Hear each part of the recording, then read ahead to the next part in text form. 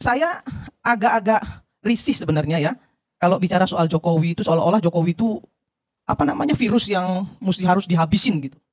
Iya, saya heran gitu ya. Harus diingat juga bahwa Prabowo menang itu karena dia belajar dari Jokowi.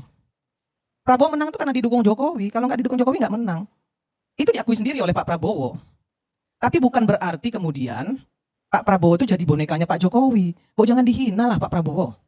Dan jangan menghina juga presiden yang sudah banyak memberikan legacy kepada bangsa ini, kepada Indonesia ini. Dan itu diakui oleh masyarakat. Sampai hari ini tuh rumah Jokowi itu ramai terus.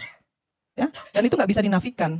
Soal ada banyak kesalahan mungkin dari pembantunya, dari beliau sendiri. Nggak ada presiden yang semuanya benar. Trump itu apa nggak brengseknya luar biasa. Ya, sangat rasis terhadap Muslim. Banyak presiden-presiden kita juga nggak semuanya sempurna. Emang Megawati sempurna? Enggak. SBY sempurna? Enggak. Soekarno sempurna? Enggak juga. Soeharto apalagi? Nggak ada yang sempurna.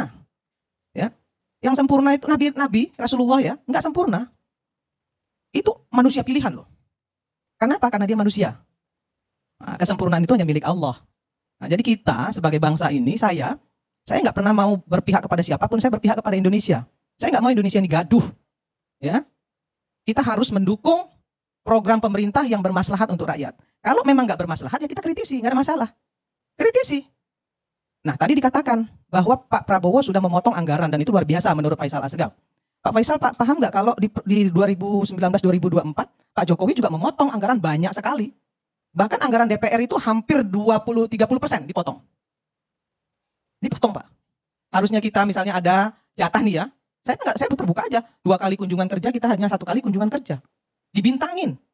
Sampai pada marah-marah tuh anggota DPR karena banyak sekali program DPR yang nggak bisa berjalan. Dipotong.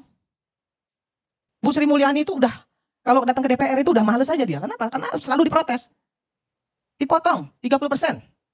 Dibintangin. Banyak sekali, bukan 1-2. Ya, perjalanan dinas ASN juga dipotong sama Pak Jokowi. Kemudian anggaran DPRD dipotong sama Pak Jokowi jadi PP 33. Yang tadinya kalau keluar kota bisa dapat 10 juta, dia hanya dapat 2 juta. Itu di era Jokowi juga. Jadi jangan cuma hal-hal yang negatif. Hal-hal yang positif juga banyak. Soal pagar laut. Saya setuju dibongkar.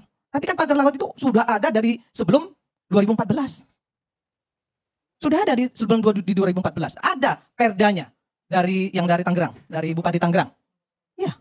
Nah, kenapa tidak ribut? Nah, ini saya ingin sampaikan juga, yang harus diributin itu Pemdanya. Karena otonomi daerah itu menyatakan bahwa Pemdanya yang harus bertanggung jawab. Nggak semuanya harus pemerintah pusat. Pemdanya yang ngaco. Ya Pemdanya yang harus dimintai pertanggungjawaban. Pemda kita nih sekarang nih selama ini harus tahu juga nih ya semua masyarakat dan teman-teman semua di sini. Dari 37 provinsi, hanya 7 provinsi yang mandiri. Yang lainnya semuanya masih subsidi. Hanya bisa menghabiskan APBD.